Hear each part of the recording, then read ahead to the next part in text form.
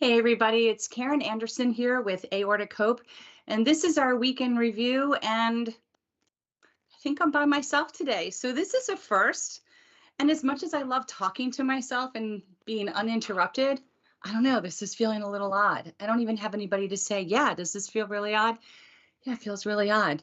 But we're going to go for it. And before we begin, what we do on our weekend reviews, which is go over all of the information that we've posted on our website and on Facebook and give you an opportunity, if you're watching us live or in replay, to kind of interact with us and leave us questions or comments.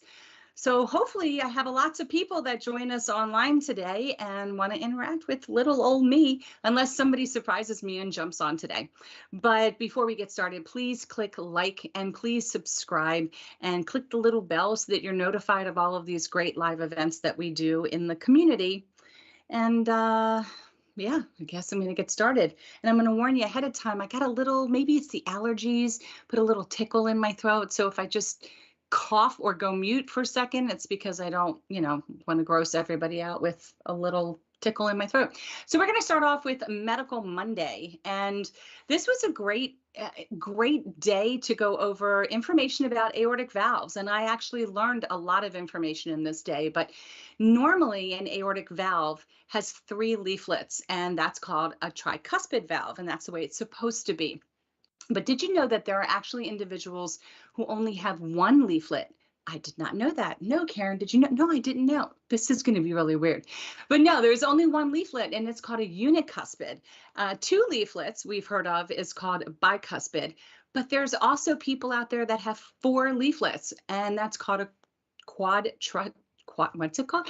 Quad tricuspid valve. So there's a picture here, and I just find it fascinating that I've only knew about the tricuspid and the bicuspid. I had no idea about 1 leaflet or 4 leaflets. I can't even imagine what 1 leaflet coming down would actually look like. But any way you slice it, anything other than tricuspid is going to possibly be problematic. But today we're going to be talking about bicuspid aortic valves. And as mentioned in the Mayo's Clinic article on bicuspid valves, a bicuspid valve is a type of heart disease that you are typically born with, and that is called congenital heart disease. And usually the aortic valve, as we mentioned, has 3 cusps, and a bicuspid only has 2. And rarely, some people are born with one that has 1 or born with something that has 4. And the problem is when you have a bicuspid aortic valve, it can cause a variety of heart problems. Now, we know for a fact it can cause aortic aneurysms, but it can cause the narrowing in the aortic valve, which is called aortic valve stenosis.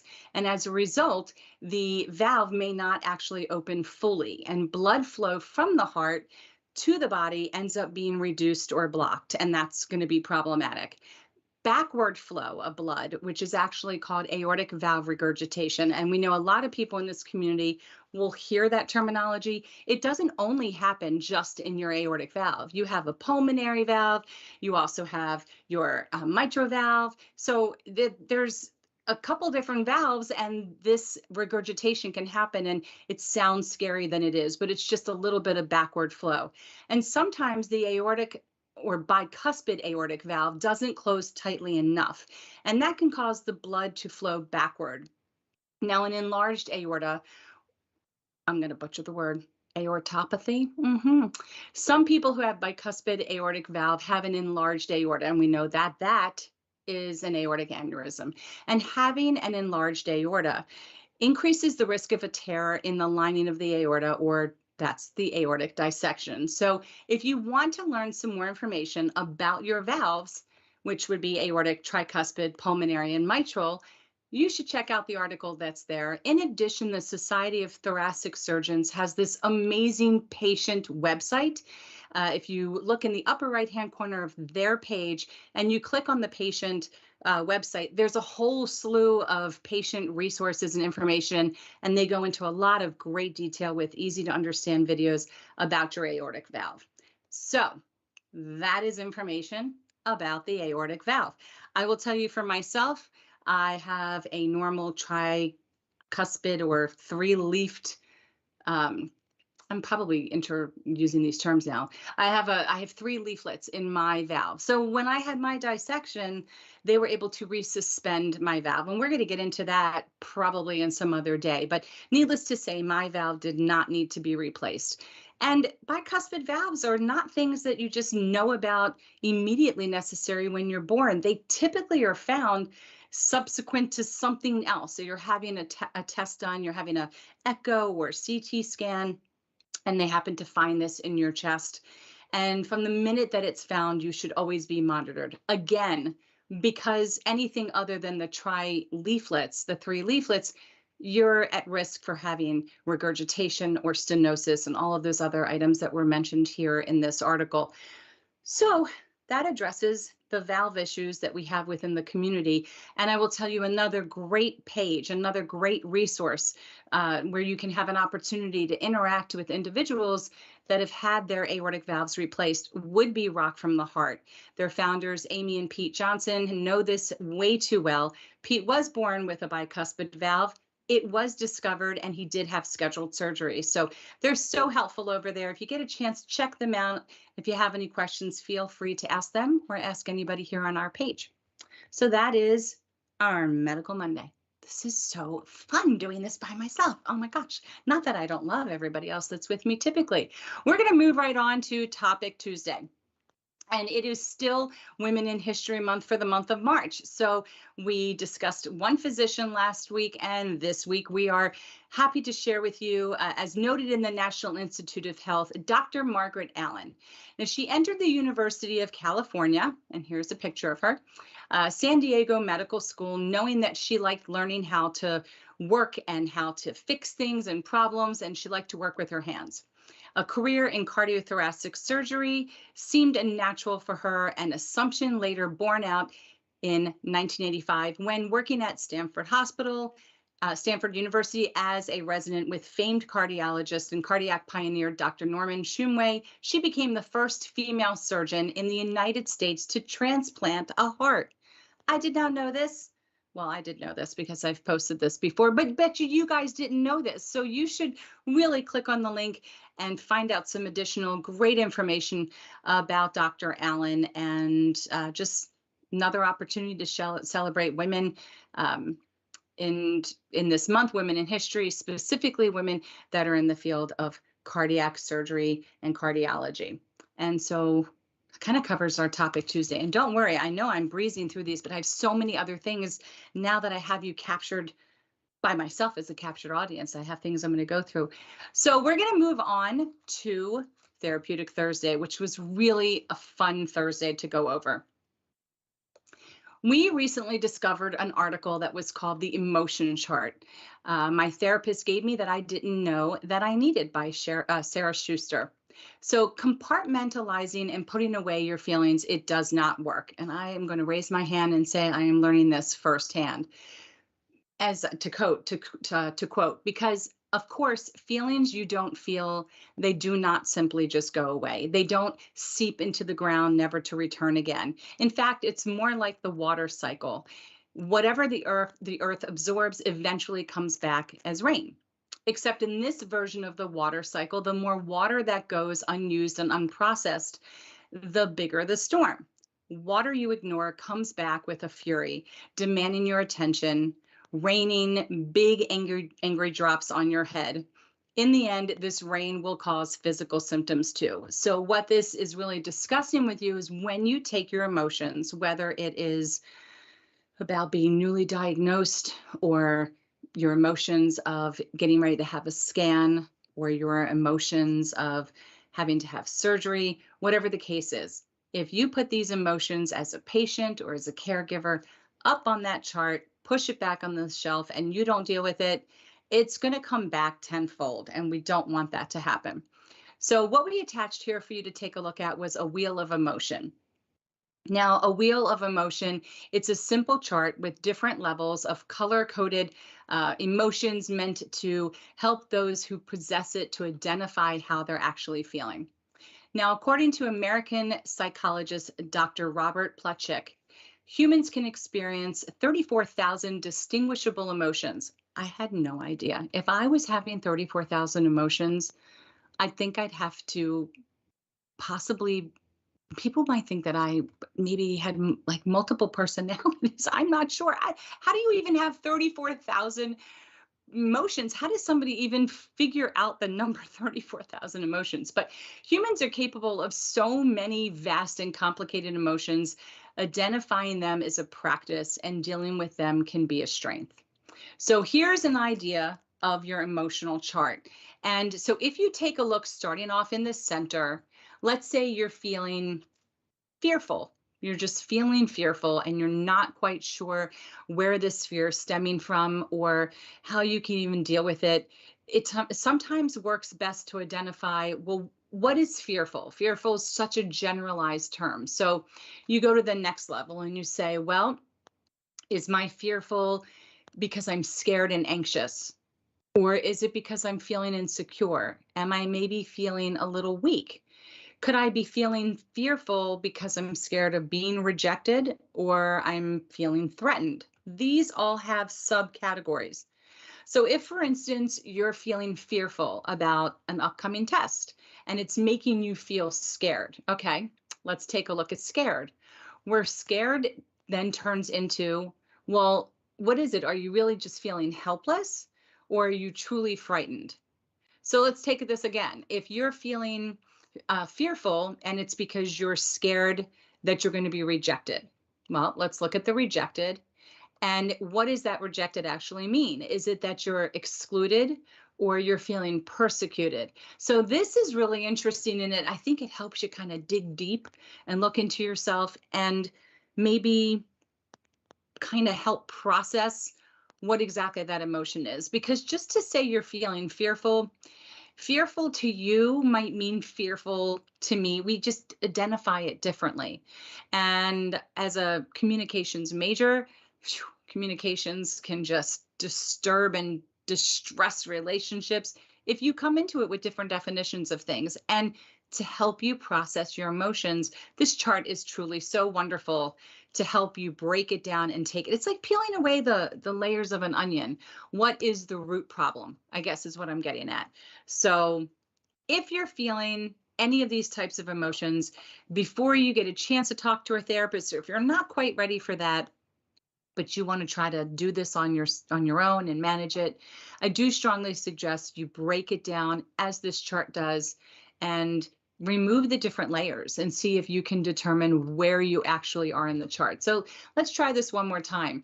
For instance, if you're feeling angry, and angry is just not enough of a word. You really need to establish, well, where is this anger really stemming from? Is it that you're feeling let down, humiliated? Is it that you're bitter and you're mad? Because mad and angry can be a little bit different. Is it that you're feeling there's a little bit of aggression? Are you frustrated? Is there a distancing going on? Or is someone being critical of you? So let's say you're feeling angry and then you go through this and you realize, well, you know what it is? I feel a little bitter about something or towards someone. So you go to the bitter, and the bitter's got two other subcategories, again, peeling the layers down. So is the bitterness because there's a level of indignance, or did you feel violated? And that's why you feel bitter, which is making you angry. And again, I love psychology. I love breaking down things, and this is just a wonderful way of helping you, whether you're working in and to the out or out to in. So again, it goes either ways. I mean, you can go ahead on the outer edge of this chart and find your emotion and work towards the center if you want. Whatever is going to work for you to help you identify your emotions is obviously going to be helpful. But check this out. This was Therapeutic Thursday. Mind-blowing stuff always that we're able to come up with for everybody here.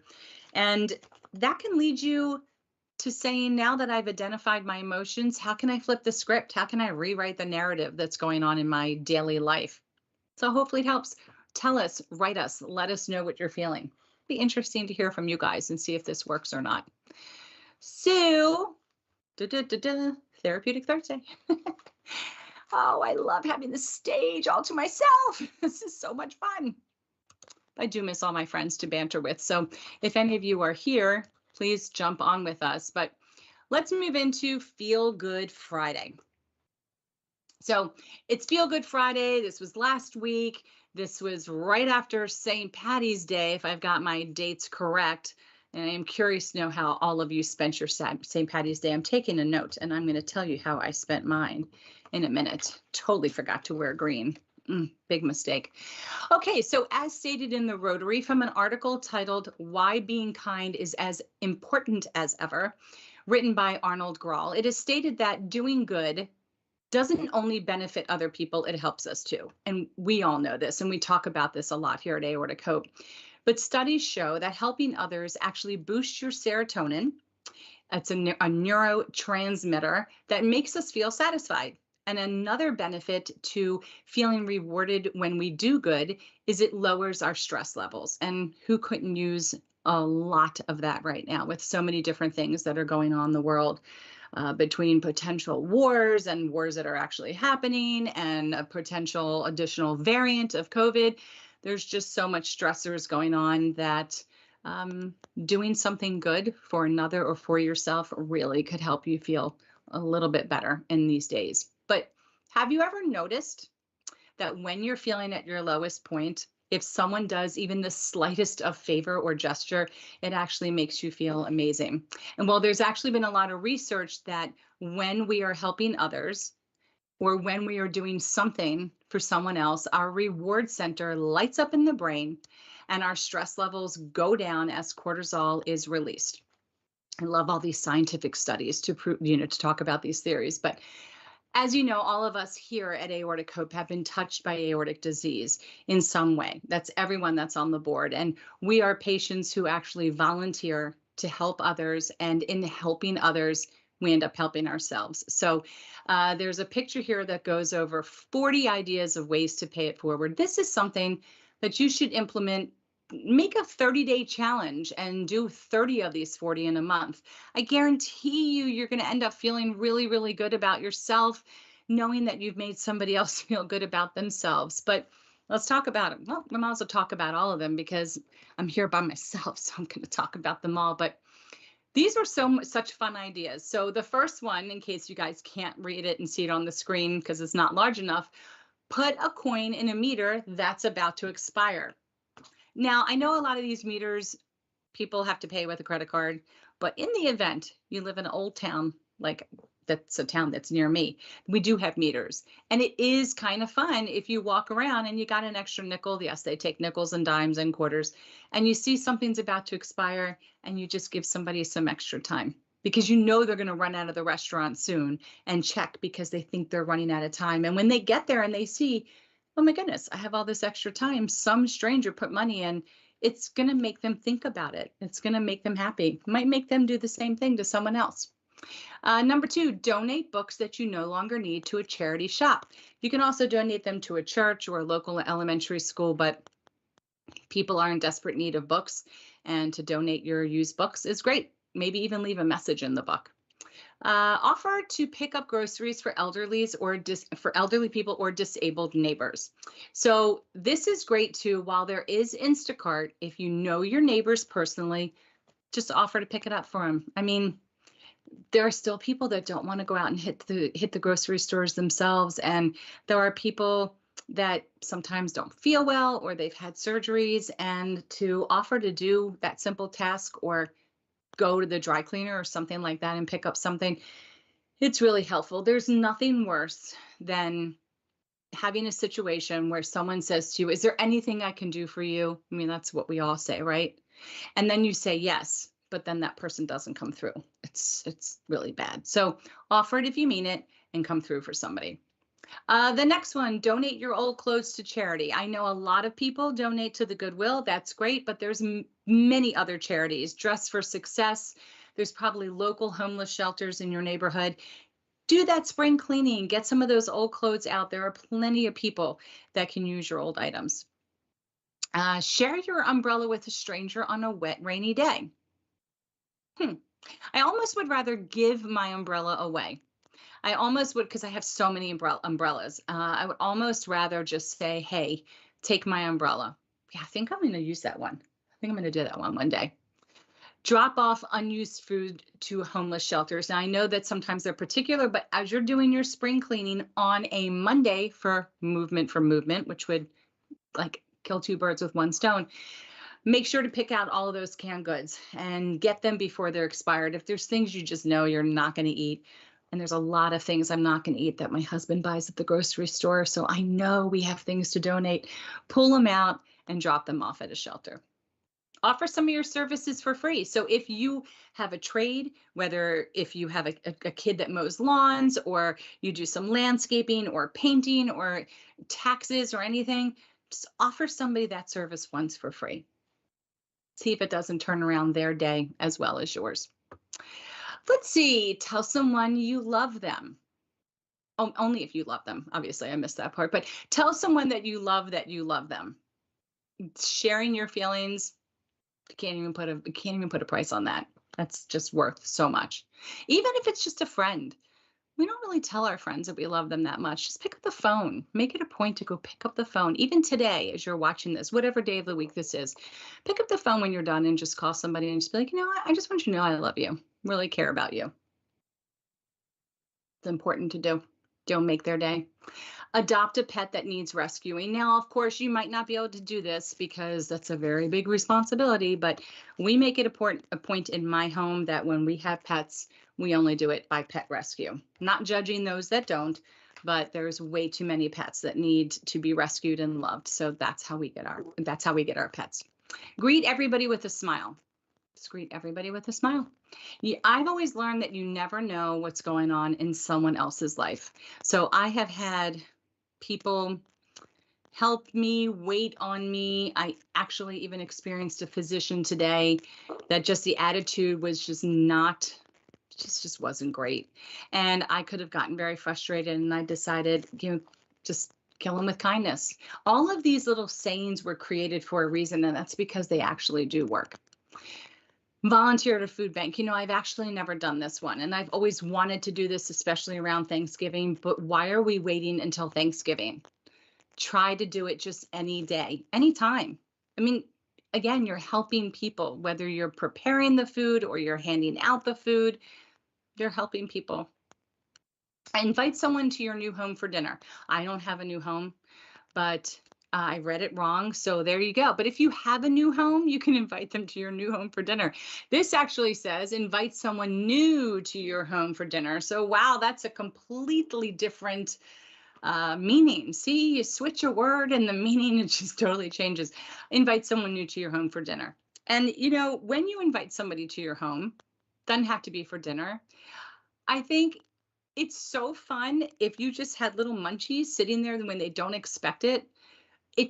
And I'll tell you a story. So I went over to a friend's house earlier last week, and we were meeting with a friend of mine who's a jeweler, and we were having some things fixed, and we were maybe recreating jewelry. We were just playing jewelry morning. Let's just call it what it was. It was a lot of fun. But when I got there, she had coffee, she had bagels, she had, what do they call, cinnamon rolls. So I was completely impressed. Fruit, did not expect any of that. It was the sweetest thing. Didn't even dawn on me what I was doing for breakfast, but it was just so thoughtful and so nice. She just wanted to make it a little bit more, and it was not necessary, but it just set my day off really right. It really started it nicely. Okay, donate 5% of your income to charity. Could be aortichope. Look, if you sign up with smile.amazon.com, you don't even have to do anything but make all of your regularly scheduled purchases and just pick aortichope as your charity of choice.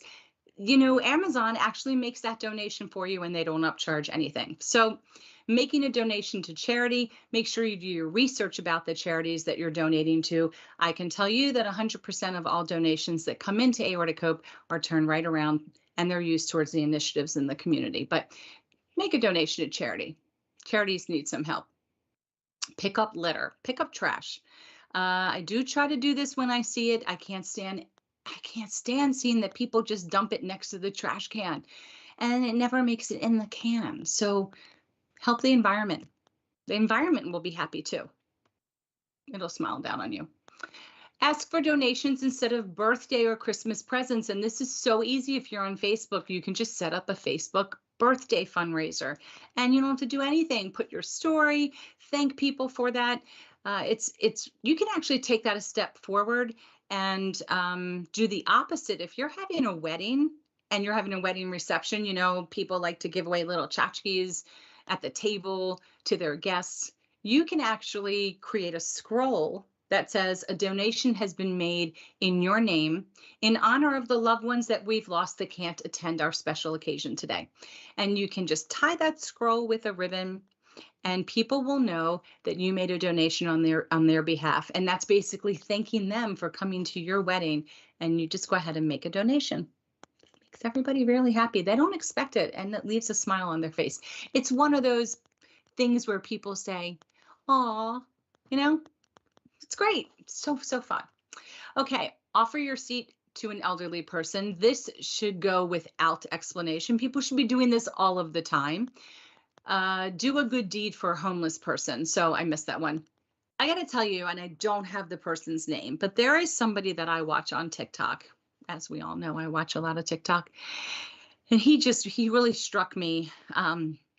Last week I was watching him, and he does a pay it forward campaign where he just asks for donations from the public, and he goes on a mission, and he ends up kind of secretly videotaping when he disperses this money.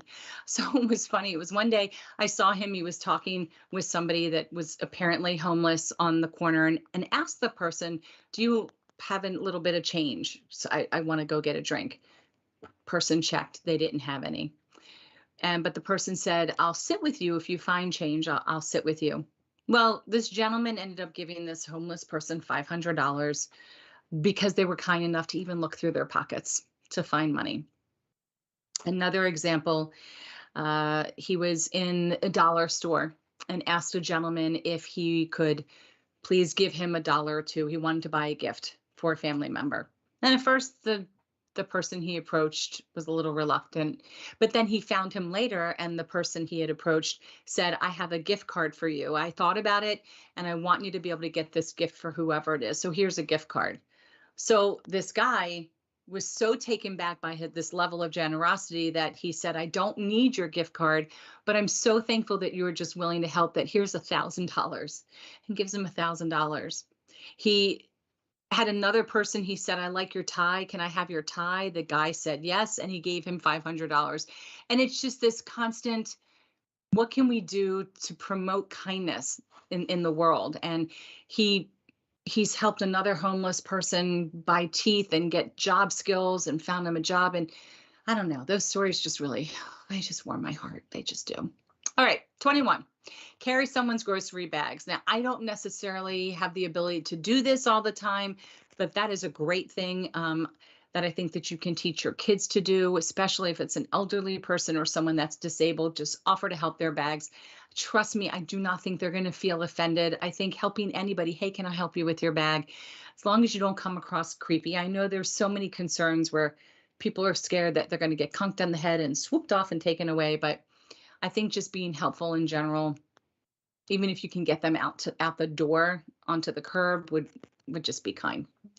All right, learn CPR. This could save someone's life. This is a huge one. This is huge. This is a little bit more than just, leaving a painted rock on a trail. This is big, and it does not cost that much money to go and take a CPR class. And I just think it's really important to learn CPR, whether you continue and renew it every, 2 years or so. It's important to learn the basics. If nothing else, learn the Heimlich. Learn the Heimlich maneuver, which I think has a new name, because people do choke, and not everybody knows how to help somebody when they're choking. It's great to know basic first aid skills as well. So CPR is huge, or the Heimlich maneuver. We can learn that. Offer to take a photo for a tourist. I do this all the time. I love taking photos when you see people with their arms stretched out, trying to take a selfie with like 5 people in a group. I love offering to say, "Can I just take that picture for you?" I do it for couples all the time, families all the time. They get so happy. They get so happy. Who doesn't want a great picture? Me, on the other hand, I'm very particular. People take my picture. I have to look at it. I have to determine, do I like it? Do we need a retake? I'm a nightmare. Like, you don't want to offer that to me, but I love offering it to others. And it's an easy way to make somebody's day. I promise you, all of these are such great ideas. Help a friend move a house. Help a friend move a house. There was an A missing, but that's a helpful idea. It's funny. You'll say to people, I'm moving, and all of a sudden everybody's got something to do. They always do. But if you're going to help somebody move, offer them at least some pizza. And if they like beer, offer them something like that. They want to know they're going to get some kind of payout, not just your happiness. Maybe consider that. Overtip a wonderful waitress. Look, I'm all about tipping. I am all about over tipping. I think that people do not tip in hotels, their cleaning staff, and I think that's terrible. I always make sure to leave a tip with a little note on the pillow when I check out of a hotel. And tipping, the people work hard. They work hard for tips. So don't forget that. And remember to over tip if you end up with a wonderful person. Compliment someone every day. This is so big. And you have to be sure to do it again where it's not creepy. And you have to think about what your compliment is. But I think there's nothing wrong in saying, you have a great, that's a great smile. I always tell women, what great nail polish. I look for something on somebody that I'm interacting with, even if it's just, that's a great ring. Where did you get that? Or, just anything. People get very taken back. I think that the immediate natural reaction is almost shock and like, it's strange.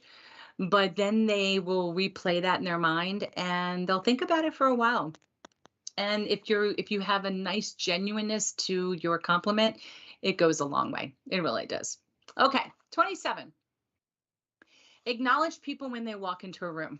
That's big. And I don't mean just, hey, when you have a friend showing up. I mean, get up, put the phone down, get up out of the chair. Go over. If you got to shake their hand or give a hug, just say hi, greet them. Don't make people come all the way to you. It seems silly, but it's about the extra added effort. It's that extra, I'm going to not engage with the phone and actually engage with somebody, because these phones are terrible. I don't even know if it's on this list because I can't see all the way down right now, but here's another one. Put away your phone when you're going to have a meal or engage with family or friends. You be the one to set the example. Put away the phone. And even though they're sitting there with their phones, engage.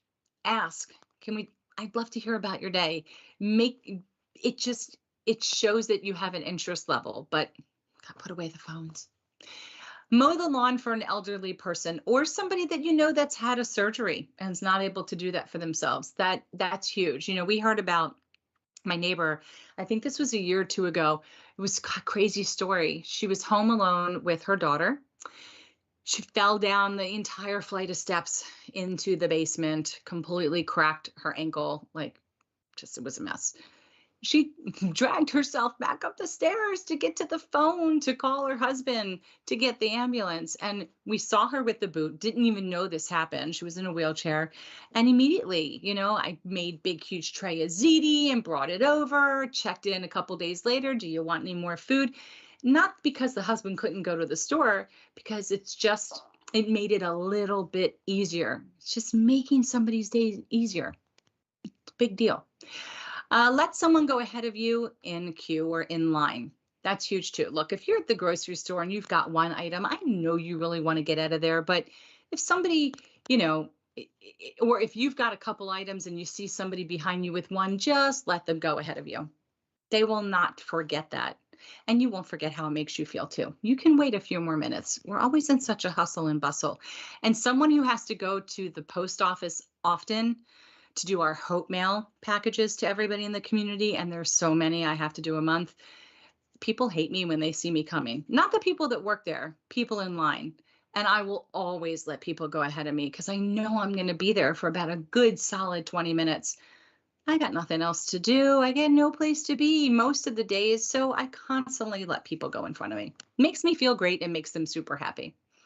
Shop at local businesses, and I would say local small businesses as well. I mean, the big retailers are doing okay, whatever's still left and around, but your small business owners, they really could use your business, and it makes them feel good. It makes makes them know that you appreciate what they do.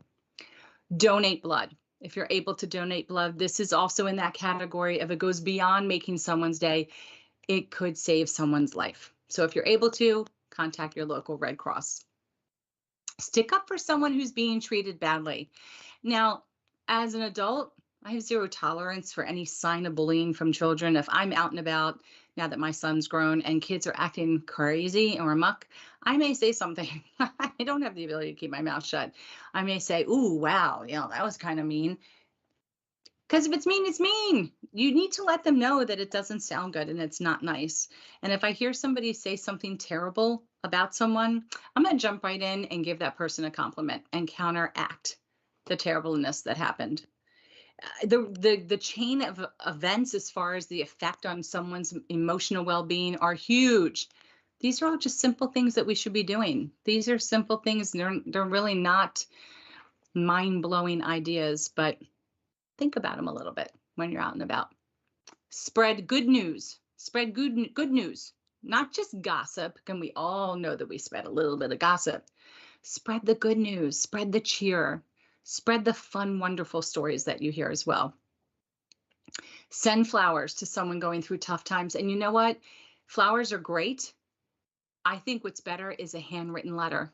When was the last time you took the time to pull out some stationery or a note card and write a handwritten letter and put what's called a stamp? You got to lick them, and you put it in the corner and you put it in the blue thing that's the mailbox and you mail it. Because I got to tell you, when I get letters, when I get mail, I'm ecstatic. And I'm not talking just at Christmas time. In general, someone takes the time just to send me a card or a letter that just says, hey, I'm thinking about you. Look, I get Facebook is instant and email is instant and text is instant. I don't know what else is any more instant other than FaceTiming. But the old methods, the old ways are tried and true, and they work for a reason. If you want to make somebody's day, send them a letter. Take the time, send them a card. But flowers are always great too. So yeah. Buy a housewarming gift for new neighbors. That's great. But also when you're invited to someone's home and it's your first time, it never hurts to just bring a nice little gift, like a little plant. Plants go over really well. Bottle of wine, something that when you go back, maybe you'll see and it'll make you feel good that they have it on display. People like little things. It makes them remember where they got it. It'll make them think of you, and then you think of them, and then it's just this love fest, and it's wonderful. Let other drivers merge in front of you. Look, I know this is hard. There's so much road rage. Not only is it safe for all parties concerned, but in a four-way stop sign, for instance, that's the better example than that one. Just if it's confusing, just let people go. They get really happy when they're like, oh, thanks so much for letting me go when it was really your turn. Seems minuscule, but again, it's about the repercussions on how they feel and how you feel. That is the stuff that you can't quantify. Okay. Volunteer to charity. Come volunteer with Aortic Hope if you'd like. Sign up and be a Hope Ambassador. The links are on our website. Volunteering with a charity, as we have said to you before, we do what we do because it helps us. So in helping you, we help ourselves. So the amount of feel-goodness that you will get out of knowing that whether it's you're sharing a post that we put up or you're liking one of our posts, which with algorithms and everything else helps others find us and receive support, the feeling that you're going to get out of that is going to be huge. Knowing that you contributed to having somebody else find us and receive support, it's huge. I promise you, it's huge, but do it anywhere. Do it anywhere. Just volunteer. Take a minute and pick something that needs help, whether it's at a school. Even if you don't have a kid at the school, volunteer to work a table at a fundraiser or at a little fair that they have. Helping somebody else without getting paid, the reward is helping somebody else. Hug a friend. Not as virtual. I'm sending you a virtual hug. It's so great. If you can get in front of them face to face, now that we can do it relatively safely, hug. We are humans. We need physical touch. So just hug somebody because why not? It makes everybody feel good. And don't pull away first. That's another interesting thing. Don't be the first one to pull away. It will leave an impression in the person you're hugging. I promise you. I'm not sure exactly what the impression is. You hope it's positive, but it will leave an impression. Donate food to an animal shelter. Donate anything that you have that you're not using for your pet to an animal shelter. They are always so desperately in need. Go buy some things and then donate it to them. That's how much in need they are. If you have towels or sheets, and not a lot of people think about this, or even old clothes, if you don't want to take it to Goodwill or to a homeless shelter, take it to an animal shelter. They always need some forms of linens for the animals there. When someone wants to repay you for a good deed, ask them instead to pay it forward. So no need for this, I did this for you, you do this back for me. If I do it for you, I'm going to ask you to do it for others. So this is was just, it was such a wonderful thing to read. It gave me additional ideas of ways that I can help contribute to other people having that feel good feeling, which again, in turn, just makes me feel good. So if you have other ideas, feel free to leave the comment on our website. Shoot us a message at info@aortichope. And again, if you would like to be considered as a Hope ambassador and volunteer with us, you can send us a message and we'll get you the link to sign up, or the link to sign up is also on our website. And that is Feel Good Friday. The one thing I forgot about doing this by myself today was bringing out my bottle of water, but that's okay. I'm making it through this without my cough. All right, Saturday, we had our Survivor Series story of Terry Cook. She is actually new and on our board, and we adore her. She is our director of fundraising and so much more extraordinaire. So if you get a chance to check out Terry's story, what is so unique about Terry's story is part of the reason why we are so all-encompassing here at Aortic Hope. So what you might find out in the community, or there are some pages that have chosen to be very focused on the thoracic area of the aorta. And there's some that are very specific to abdominal, and that's fine, that makes sense. But there are some actual organizations that really like to keep their focus only on thoracic aortic disease. That's fine. What we have come to realize here at Aortic Hope is it is one vessel. It's one vessel. There is no way to discriminate on a cell if you are past a line and you're in thoracic or you're in descending, or I mean, we do know ascending and descending, but disease is disease and it can land wherever it lands. So we do not exclude anybody, whether you've had an ascending issue, a descending issue, if it's in the thoracic, if it's in the abdominal, doesn't matter. It's one vessel and it can happen anywhere. And Terry is the proof of that. She's actually the first person I've actually met myself who started off initially having a type B dissection. B, as Dr. Udelman says, ascending, descending. It was a descending dissection. She did not need any type of surgery. And then lo and behold, 10 years later, she has a type A dissection. Who would have thunk it? Who would have thought that these things could actually happen? I knew it could happen in reverse, but I've never seen it happen this way. So I'm always forever learning. And it just reinforced for us that the aorta is, again, one vessel. There is no delineation line as far as providing support to community members. So read her story. It is so interesting. And what we've come to learn later is now we do know that there is a direct family hit. And I'm going to let her provide a follow-up in the next couple weeks to that as well. But check out her story. It's truly fabulous. And if you're a community member and you're watching this and you would like to be featured in our Survivor Series, there is a link on here as well too. And you have your choice of being bold and daring and going live and telling your story, or being pre-recorded and telling your story, or writing your story up in a written blog and we'll post it for you. But telling your story does so many things for other people. It validates their own situation. It gives them a moment to come up with some questions to say to their doctor, like, hey, I saw this story recently and I heard this happen. Can we talk about this and see if it applies to me?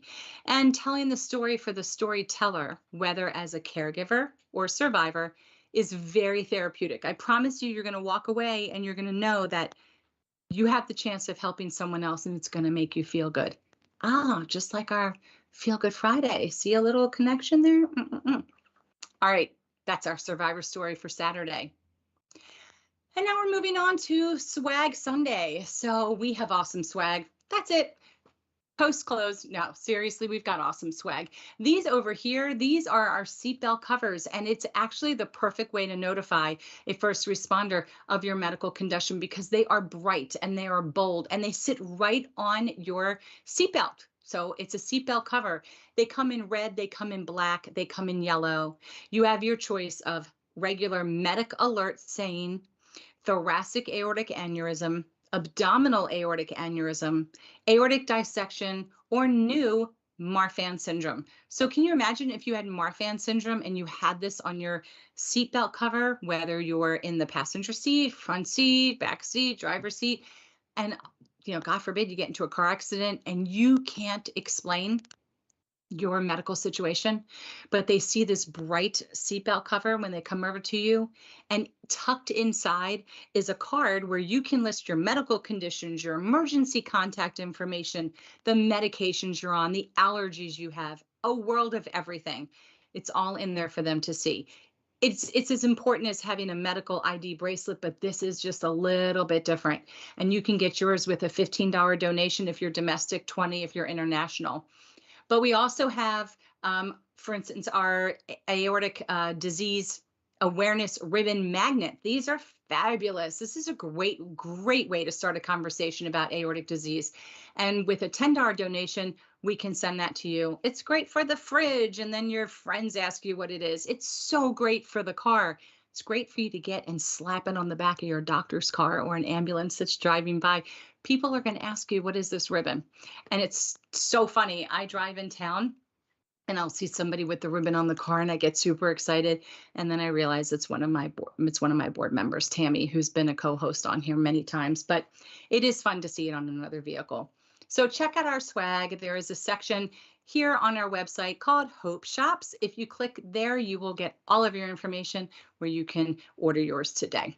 So that was our Swag Sunday. So now I have the option of sharing more information or going into jazz hands, but I'm going to keep talking because I can. St. Patty's Day. I see I've made a note. I'm not going to forget about that. Yeah, you know what I've discovered? I hope people don't boo and hiss. I think at my age of, I don't think I love St. Patty's Day as a day to be out and about.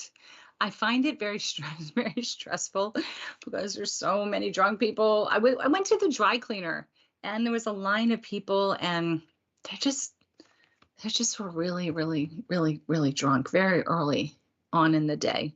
Maybe a small party I'll try to attend, but I totally forgot to wear green. So my friend, that was the jewelry day. My friend gave me a button that had a 4-leaf clover. So hopefully you guys had a wonderful St. Patty's Day. It was nice. It was safe. It was fun. Green bagels, green beer, green everything. But upcoming, I do want to tell you this week on Thursday, the 24th at 1 p.m. Eastern Time, we have a really important live event with Susan Trimble, who is an attorney. And she is going to be discussing the importance of making sure you have all of your paperwork in order. And I'm talking about advanced health directives. Like, do we even know what that means? Having your living will in order. And what does that mean? And who should be your personal representative versus an executor of the estate? And I do believe these are two different things.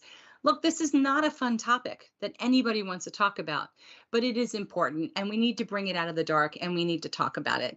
Whether you implement your own decisions now or you just use this meeting as a way to gather some facts, it's important to know. And when you join us here on this YouTube channel at 1 p.m., see if you click the bell, you'll be notified about this. You'll have an opportunity to ask questions of Susan as well. And she can give you all the answers and the resources of where to look. So I know she's preparing a presentation, which I cannot wait to share with everybody. Okay, coming up, March 3rd, and this may not be all the events. I'm trying to get a lot of these in that I know are coming soon, but March 30th, Think Aorta, our friends across the pond in the UK and Ireland, are going to be hosting a really awesome webinar about aortic dissection in pregnancy. This has been cross-posted already, but if this applies to you, if you're thinking about starting a family and you have aortic disease, or this could also be important, or if someone in your family has aortic disease and maybe you're just being monitored, I think it's important for you to pay attention to this meeting as well. And I say this for a reason. If you end up having preeclampsia during your pregnancy, which is a high blood pressure condition, you want to know all about the potential for aneurysms that may form during or after your pregnancy. So check out that meeting. It's on March 30th. More details will be up on our website soon. They are up on our Facebook page. You can also go to thinkaorta.net. I'm pretty sure that information is going to be up there too. Let's see, support group meetings. We're so excited to feel like we have the support group world covered. As you know, we offer support group meetings to our regular patient-based community members, and that is the first Tuesday of every month. I have a puppy that just popped into my office and is joining me. Sorry, the first Tuesday of every month at 2 p.m. Eastern Standard Time, as well as the last Wednesday of every month. 12 p.m. So let's do this again. The first Tuesday of every month at 12 p.m. Eastern Standard Time, and the last Wednesday of every month at 7 p.m. Eastern Standard Time. Anybody can join that support group meeting. Anybody can join. We sometimes have guest speakers. Every now and then a therapist pops in. But the beauty of our support group meetings is that they are facilitated by members of the community. So we talk the talk, we walk the walk. It is the best way really to host these meetings, is to have people just like you moderating these events. Our caregiver meetings, new for 22, and they are just thriving. That group is growing leaps and bounds, thankfully, to Charlotte, who's been running this group amazingly well. Her posts are so informative and supportive. It is a page on Facebook that is strictly for caregivers, and as well, the support group meetings are too. These are all done through a closed platform, Microsoft Teams, and they are held the first Saturday of every month at 10 a.m. Eastern and the third Wednesday at 4 p.m. Eastern. We are also happy to bring you our first bereavement support group meeting that will be happening in April, and it's the first Thursday at 7 p.m. and it will be the first month of every quarter, so the start of the quarter. So it'll be April, and then again in July, and then again in October, and then we'll pick it back up next year. And of course, that may change if the group decides they want to have more meetings, but we're very happy to be able to offer that to you as well. And let's see, we have an event that we're getting ready to post that is happening on April 1st. It is being sponsored by the John Ritter Foundation. It is their final, I guess it's their final Friday. No, it's actually, I'm sorry, it is the 25th. It is happening on March 25th. I had to think. It's called the Final Friday webinar series, and they're bringing it back to basics. So they're going to have a doctor talking all about Aorta 101. And we do this often here at Aortichope. We break out our visuals on what is the aorta, because so many people don't know what it is. How is it? What are the branches? What is a thoracic aneurysm? What is ascending? What does all this mean? And that's going to be a great webinar. And that is on Friday, the 25th of March, and we'll have that detail up for you soon. And then the only other thing I can think about right now is October 9th, save the date. Aortic Bridge is going to have their next awareness walk for aortic disease across the Brooklyn Bridge. I'm not 100% sure on the time. I'm thinking 11:30 in the morning, but that's going to be in Brooklyn, New York. And then everybody hangs out and has a great lunch and just has a chance to meet each other after they've shared in that walk. And that walk is a lot of fun. So I think I did it. I managed this whole session just talking to myself, and I didn't do it in a different accent. That's what I'm going to do the next time. If this ever happens, we're going to go through different accents when I do this by myself. But I'm going to just check in real quick and see if there's any comments or questions. All right. That wraps it up for this week. Hopefully you guys all have a chance to like and hit subscribe and leave us a comment and share this link. And then you'll have a chance to join us next week. It will also be on Tuesday at 3 p.m. Eastern, and then we will resume our normal broadcasting, and we'll bring this to you every Monday at 3 p.m. And I thank you so much for joining just me today, and hopefully you found this extremely informative. Thank you again for all of your support. Take care. Bye-bye.